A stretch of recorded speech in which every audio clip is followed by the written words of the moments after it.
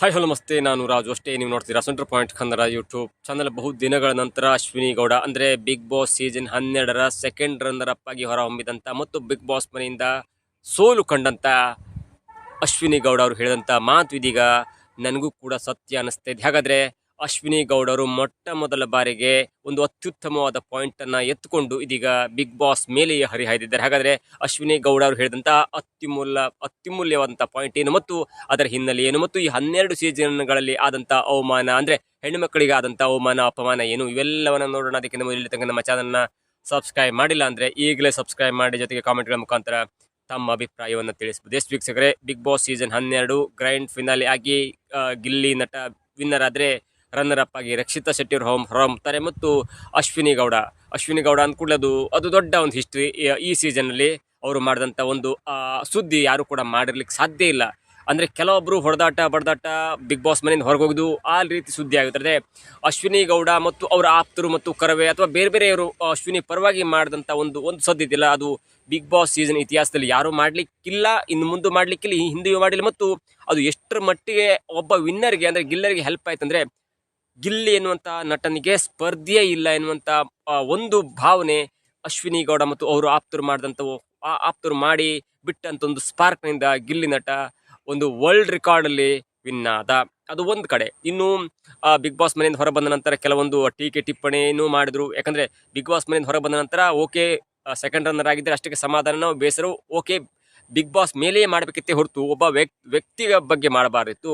ನಿಮಗೆ ಗಿಲ್ಲಿಯ ನಟನ ಆಯ್ಕೆ ಸರಿ ಇಲ್ಲ ಅಂದಿದ್ದೆ, ಅದು ಬಿಗ್ ಬಾಸ್ನ ತಪ್ಪು ಎನ್ನುವಂಥ ಒಂದು ವಿಧಾನದಲ್ಲಿ ನೀವು ಹೇಳಬೇಕಿತ್ತು ಹೊರತು ಗಿಲ್ಲಿ ನಟನ ಡ್ರಾಮಾ ಕಾಮಿಡಿ ಅದು ಇದು ಎನ್ನುವಂಥ ಒಂದು ವಾಕ್ಯ ನನಗೂ ಕೂಡ ಬೇಸರ ಅನಿಸಿತು. ನಿಮ್ದು ಏನೇ ಅಸಮಾಧಾನ ಇದ್ರೂ ಕೂಡ ಅದು ನಿಮ್ಮ ಆಯ್ಕೆ ವಿರುದ್ಧ ಅಥವಾ ಬಿಗ್ ಬಾಸ್ನ ವಿರುದ್ಧ ಮಾಡಿ ಧನುಷ್ ಅವರ ಆಯ್ಕೆ ಕೂಡ ನೀವು ಪ್ರಶ್ನೆ ಮಾಡಬೇಕಿತ್ತು. ಅದನ್ನು ಬಿಟ್ಟು ನಾನು ಮಾತ್ರ ಸೋತಿದ್ದೇನೆ, ಗಿಲ್ಲಿ ಮಾತ್ರ ಗೆದ್ದಿದ್ದೇನೆ ಅಂತ ಮಾತು ನಾನು ಒಪ್ಪಲ್ಲ. ಆದರೆ ಈಗ ಅಶ್ವಿನಿ ಗೌಡರು ಮಾತಾಡಿದಂಥ ಮತ್ತೊಂದು ವಾಕ್ಯವನ್ನು ನಾನು ಕೂಡ ಒಪ್ತೇನೆ. ಯಾಕಂದರೆ ಅವ್ರು ಹೇಳ್ತಾರೆ, big boss top 4 Gilli, Rakshita, Ashwini ಮತ್ತು ನಾನು ಇದ್ವಿ. ಆದರೆ ಈ ಮೊಟ್ಟ ಮೊದಲ ಬಾರಿಗೆ ಅಂದರೆ ಶ್ರುತಿ ಅವರನ್ನು ಹೊರತುಪಡಿಸಿ 3ನೇ ಸೀಸನ್ನಲ್ಲಿ ಆದಂಥ ವಿನ್ ಇದೆಯಲ್ಲ, ಅದು ಶ್ರುತಿಯನ್ನು ಹೊರತುಪಡಿಸಿ ಇಲ್ಲೇ ತನಕ ಸರಿಸುಮಾರು 11 ಸೀಸನ್ಗಳಲ್ಲಿ ಫಿಮೇಲ್ ಕ್ಯಾಂಡಿಡೇಟನ್ನು ಗೆಲ್ಲಿಸಿಲ್ಲ. ನೀವು ಒಂದು ಕಂಟೆಸ್ಟೆಂಟ್ ಒಂದು ಸ್ಪರ್ಧೆಯನ್ನು ತೆಗೆದುಕೊಂಡಾಗ ಒಂದು 20 ಜನ ಅಥವಾ 18 ಜನ ಅಂದಾಗ ಮೋರ್ ದೆನ್ 50% ಫಿಮೇಲ್ ಕ್ಯಾಂಡಿಡೇಟ್ಗಳನ್ನು ತೆಗೆದುಕೊಂಡು ಹೋಗ್ತೀರಿ. ಆದರೆ ಅಟ್ಲೀಸ್ಟ್ ನೀವು ಫೈನಲಿ ಕರ್ಕೊಂಡು ಹೋಗಲ್ಲ ಅಥವಾ ವಿನ್ ಮಾಡಲ್ಲ ಅಂದರೆ ಯಾಕೆ ಈ ಹುಡುಗಿಯರನ್ನು ನೀವು ಕರ್ಕೊಂಡು ಹೋಗಿ ಎಂಟರ್ಟೈನ್ಮೆಂಟ್ ಮಾಡಿಸ್ಕೊಳ್ತೀರಿ ಅಥವಾ ಅವ್ರನ್ನ ಫೇರ್ ಮಾಡ್ತೀರಿ ಅಥವಾ ಹಾಗೆ ಮಾಡ್ತೀರಿ ಹೀಗೆ ಮಾಡ್ತೀರಿ. 11 ಸೀಸನ್ಗಳಲ್ಲಿ ಅಂದರೆ ಔಟ್ ಆಫ್ 11 ಸೀಸನ್ಗಳಲ್ಲಿ ವಿನ್ ಆದರೂ ಹುಡುಗರು. ಹಾಗಾಗಿ ಇಲ್ಲಿ ತಾರತಮ್ಯ ಇದೆ, ಪುರುಷ ಮತ್ತು ಮಹಿಳೆಯರ ತಾರತಮ್ಯ. ಹಾಗಾಗಿ ನೀವೇನೇ ತೆಗೆದುಕೊಂಡು ಹೋದ್ರು ನೋಡಿ, 12 ಸೀಸನ್ಗಳಲ್ಲಿ ಒಂದು ಸೀಸನ್ನಲ್ಲಿ 21 ಸರಿಸುಮಾರು 2000 ಕ್ಯಾಂಡಿಡೇಟ್ಗಳಾದರು. ಅಂದರೆ ಒಂದು ಸೀಸನ್ನಲ್ಲಿ 20, 5 ಸೀಸನ್ನಲ್ಲಿ 100 ಆಯಿತು, 10 ಸೀಸನ್ ಸರಿಸುಮಾರು 1200 ಕ್ಯಾಂಡಿಡೇಟ್ಗಳನ್ನು ತೆಗೆದುಕೊಂಡು ಹೋದರೂ ಕೂಡ ನೀವು ಯಾಕೆ ಇಲ್ಲೇ ತನಕ ಒಂದೇ ಒಂದು ಶ್ರುತಿ ಅವರನ್ನ ಬಿಟ್ಟು ಇಲ್ಲೇ ತನಕ ಯಾಕೆ ಮಹಿಳೆಯರನ್ನ ಗೆಲ್ಸಿಲ್ಲ? ನಿಮಗೆ ಟಾಸ್ಕ್ ವಿಚಾರ ಆಗಿಬಿಟ್ರೆ ಟಾಸ್ಕ್ ವಿಚಾರದಲ್ಲಿ ಅವ್ರು ಗೆಲ್ತಾರೆ ಅಂದರೆ ಎಸ್ ಅಫ್ಕೋರ್ಸ್ ಪುರುಷರು ಮಹಿಳೆಯರಿಗಿಂತ ಫಿಸಿಕಲಿ ಸ್ಟ್ರಾಂಗ್ ಇರ್ತಾರೆ, ಮೆಂಟಲಿ ಸ್ಟ್ರಾಂಗ್ ಇರ್ತಾರೆ, ಬೇಡ್ತಾರೆ. ಆದರೆ ಫಿಸಿಕಲಿ ಸ್ಟ್ರಾಂಗ್ ಇರ್ತಾರೆ, ಅದು ನೈಸರ್ಗಿಕ ಕ್ರಿಯೆ. ಅದು ಅಂದರೆ ಅದು ಒಂಥರ ದೇವರು ಕೊಟ್ಟಂಥವರ ಅವರು ಫಿಸಿಕಲಿ ಫಿಟ್ ಇರ್ತಾರೆ. ಮಹಿಳೆಯರಿಗೆ ಅವ್ರದ್ದೇ ಕಾರಣದಿಂದಾಗಿ ಅವರು ಸ್ವಲ್ಪ ಪುರುಷರಿಗಿಂತ ದೈಹಿಕವಾಗಿ ವೀಕ್ ಇರ್ತಾರೆ. ಹಾಗಾಗಿ ಫಿಸಿಕಲ್ ಟಾಸ್ಕನ್ನೇ ನೀವು ಕನ್ಸಿಡರ್ ಮಾಡಿ ಆಯ್ಕೆಯನ್ನು ಅಥವಾ ನೀವು ವಿನ್ನರ್ ಎನ್ನುವಂಥ ಘೋಷಣೆ ಮಾಡಿದ್ರೆ ಮಹಿಳೆಯರನ್ನು ಯಾಕೆ ನೀವು ಬಿಗ್ ಬಾಸ್ ಮನೆಯೊಳಗೆ ಕರ್ಕೊಂಡು ಹೋದ್ರಿ? ಇನ್ನು ಮುಂದೆ ಯಾರು ಕೂಡ ಬಿಗ್ ಬಾಸ್ಗೆ ಹೋಗಲ್ಲ, ಮಹಿಳೆಯರು ಹೋಗಲ್ಲ. ನಾನು ಅದನ್ನು ಪ್ರೂವ್ ಮಾಡಿದ್ದೇನೆ, ನಾನು ಕೂಡ ಬಿಗ್ ಬಾಸ್ ವಿನ್ ಆಗ್ತೇನೆ ಅಂತ ಹಂಬಲ ಇತ್ತು. ಅದರ ಜೊತೆಗೆ ನೀವು ಪದೇ ಹೇಳ್ತಿದ್ರಿ, ಪ್ರಪ್ರಥಮ ಬಾರಿ ಹಿಸ್ಟ್ರಿಯಲ್ಲಿ 4 ಜನ ಅಂದರೆ ಟಾಪ್ 4 3 ಜನ ಮಹಿಳೆಯರಿದ್ದಾರೆ. ಶ್ರುತಿಯವರು ಕೂಡ ಬಿಗ್ ಬಾಸ್ ಫೀಮೇಲ್ ವರ್ಷನಲ್ಲಿ ಗೆದ್ದಿದ್ರು. ಆದರೆ ಬಿಗ್ ಬಾಸ್ ವರ್ಷನಲ್ಲಿ ಬಿಗ್ ಬಾಸ್ 3rd ಸೀಸನ್ನಲ್ಲಿ ಅವರು ಮಹಿಳಾ ಅಭ್ಯರ್ಥಿಯನ್ನಾಗಿ ಗೆಲ್ಲಿಸಿದ್ರು. ಅವರನ್ನು ಕೂಡ ಕರೆಸಿದ್ದೇವೆ ಅನ್ನೋ ಮಾತು ಹೇಳಿದ್ರು ಕೂಡ ಯಾಕೆ ಮಹಿಳಾ ಅಭ್ಯರ್ಥಿಯನ್ನ ರಕ್ಷಿತಾ ಶೆಟ್ಟಿ ಆಗಿರ್ಬೋದು, ನಾನಾಗಿರ್ಬೋದು, ಕಾವ್ಯ ಆಗಿರ್ಬೋದು, ಎಲ್ಲರೂ ಕೂಡ ಗೆಲ್ಲಿಕ್ಕೆ ಅರ್ಹರಿದ್ವಿ. ಆದರೂ ಕೂಡ ಇಲ್ಲೂ ಕೂಡ ನಮಗೆ ಮೋಸ ಆಗಿದೆ. ಇನ್ನು ಮುಂದೆ ಯಾರು ಕೂಡ ಬಿಗ್ ಬಾಸ್ ಸೀಸನ್ನಲ್ಲಿ ಭಾಗವಹಿಸಲ್ಲ, ಮಹಿಳೆಯರು ಭಾಗವಹಿಸಬಾರ್ದು ಎನ್ನುವಂಥ ಮಾತನ್ನು ಹೇಳ್ತಾರೆ. ಆ ನಂತರ ಕೆಲವೊಂದು ಟ್ವಿಸ್ಟನ್ನು ಕೊಡ್ತಾರೆ, ಇಲ್ಲ ನಾನು ಅದನ್ನು ಸೆಟ್ ಮಾಡಿದೆ, ಇನ್ನು ಮುಂದೆ ಕೂಡ ಗೆಲ್ಲಬಹುದು ಎನ್ನುವಂಥ ಒಂದು ವಿಶ್ವಾಸವನ್ನು ವ್ಯಕ್ತಪಡಿಸ್ತಾರೆ. ಆದರೆ ಅಶ್ವಿನಿ ಗೌಡರು ಹೇಳಿದಂಥ ಒಂದು ಮಾತ್ರ ನನಗೆ ನಿಜ ಅನಿಸುತ್ತೆ.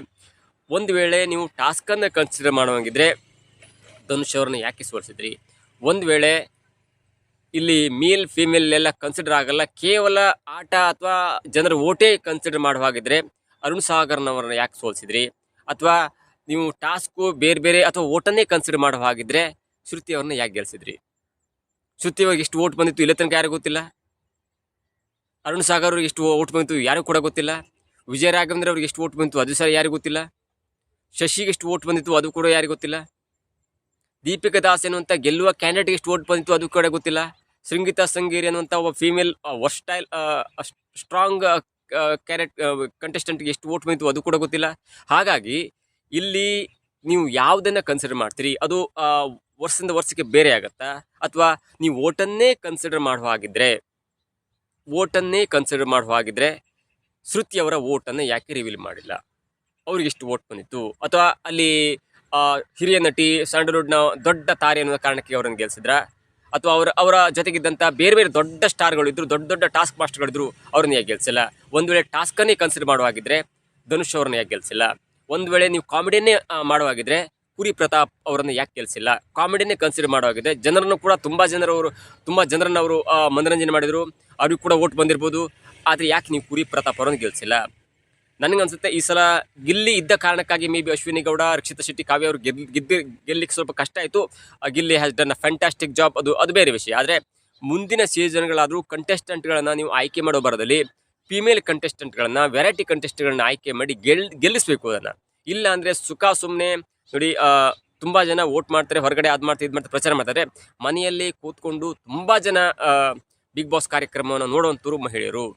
ಅವ್ರಿಗೆ ಕೆಲಸ ಇರುತ್ತೆ, ಅದು ಮಾಡ್ತಿದ್ದು ಇದು ಮಾಡಿಕೊಂಡು ಮನೆಯವರು ಎಲ್ಲ ಕೆಲಸ ಮಾಡಿಕೊಂಡು ತುಂಬ ಜನ ಮಹಿಳೆಯರು ಬಿಗ್ ಬಾಸ್ ಅನ್ನ ಕಾರ್ಯಕ್ರಮ ವೀಕ್ಷಣೆ ಮಾಡ್ತಾರೆ. ಈ ಸಲ ಓಕೆ, ತುಂಬ ಜನಕ್ಕೆ ನಾನು ಕೂಡ ತುಂಬ ಮನೆಗಳಲ್ಲಿ ನೋಡಿದಾಗ ಅಶ್ವಿನಿ ಅವ್ರ ಬಗ್ಗೆ ರೆಬೆಲ್ ಹಾಗೆ ಹೀಗೆ ತೊಡೆ ತಟ್ಟುದು ಅನ್ನುವಂಥ ಮಾತನ್ನು ತುಂಬ ಜನ ಹೇಳಿದ್ದಾರೆ. ಅಂದರೆ ಮನೆಯಲ್ಲಿ ಕೂಡ ಹೇಳಿದ್ದಾರೆ, ಬೇರೆ ಮನೆಗೆ ಹೋದಾಗಲೂ ಕೂಡ ಮಾತುಕತೆ ನಾನು ಕೇಳಿಸ್ಕೊಂಡಿದ್ದೀನಿ. ಆದರೆ ಈ ಸಲ ಕೂಡ ಅಶ್ವಿನಿ ಅವ್ರ ಬಗ್ಗೆ ಅಷ್ಟೇನು ಪಾಸಿಟಿವ್ ಆಗಿ ನೋಟ್ ಇರಲಿಲ್ಲ. ಆದರೆ ರಕ್ಷಿತಾ ಶೆಟ್ಟಿ ಅವ್ರ ಬಗ್ಗೆ ಪಾಸಿಟಿವ್ ಇತ್ತು, ಕಾವ್ಯ ಅವ್ರ ಬಗ್ಗೆ ಎಲ್ಲೂ ಒಂದೇ ಒಂದು ನೆಗೆಟಿವ್ ಇರಲಿಲ್ಲ. ಹಾಗಾಗಿ ನೀವು ಯಾವುದನ್ನ ಕನ್ಸಿಡರ್ ಮಾಡಿ, ವ್ಯಕ್ತಿ ಮತ್ತು ವ್ಯಕ್ತಿತ್ವ ಅಂತ ಒಂದ್ಸಲ ಹೇಳ್ತೀರಿ, ಆದರೆ ಅದಕ್ಕೆ ಹೊರತಾಗಿ ಕೂಡ ತುಂಬ ಜನ ನಾ ಹೇಳಿದ ಪುರಿ ಪ್ರತಾಪ್ ಆಗಿರ್ಬೋದು, ಅವರು ಕೂಡ ಶೇನ್ ಶೆಟ್ಟಿ ಅವರ ಈಕ್ವಲ್ ಆಗಿದ್ದರು, ಕಾಮಿಡಿ ಮಾಡ್ತಿದ್ರು. ನೀವು ಆಟ ನೋಡ್ತಿರೋ ಅಥವಾ ವ್ಯಕ್ತಿತ್ವ ನೋಡ್ತಿರೋ, ಓಟ್ ನೋಡ್ತಿರೋ, ಯಾವುದಕ್ಕೂ ಕೂಡ ಇಲ್ಲಿ ಸ್ಪಷ್ಟವಾದ ಕ್ಲಾರಿಟಿ ಇಲ್ಲವೇ ಇಲ್ಲ. ಹಾಗಾಗಿ ಅಶ್ವಿನಿ ಅವರು ಹೇಳಿದಂಥ ಈ ಒಂದು ಮಾತನ್ನು ನಾನು ನಂಬಲೇಬೇಕಾಗುತ್ತೆ ಅಥವಾ ಅದನ್ನು ಸಪೋರ್ಟ್ ಮಾಡಬೇಕಾಗುತ್ತೆ. ಇನ್ನು ಮುಂದಿನ ಸೀಸನ್ಗಳಾದರೂ ಕೂಡ ಮಹಿಳಾ ಕ್ಯಾಂಡಿಡೇಟ್ಗಳನ್ನ ಗೆಲ್ಲಿಸಿಲ್ಲ ಅಂದರೆ ಅದರ ಒಂದು ಖುಷಿ ಅಂದರೆ ಅಟ್ಲೀಸ್ಟ್ ಈ ಸಲ ಪ್ರಪ್ರಥಮ ಬಾರಿಗೆ ಫೀಮೇಲ್ ಕ್ಯಾಂಡಿಡೇಟನ್ನು ರನ್ನರ್ ಅಪ್ ಮಾಡಿದರೆ, ಅದು ಕೂಡ ಆಗಿರಲಿಲ್ಲ.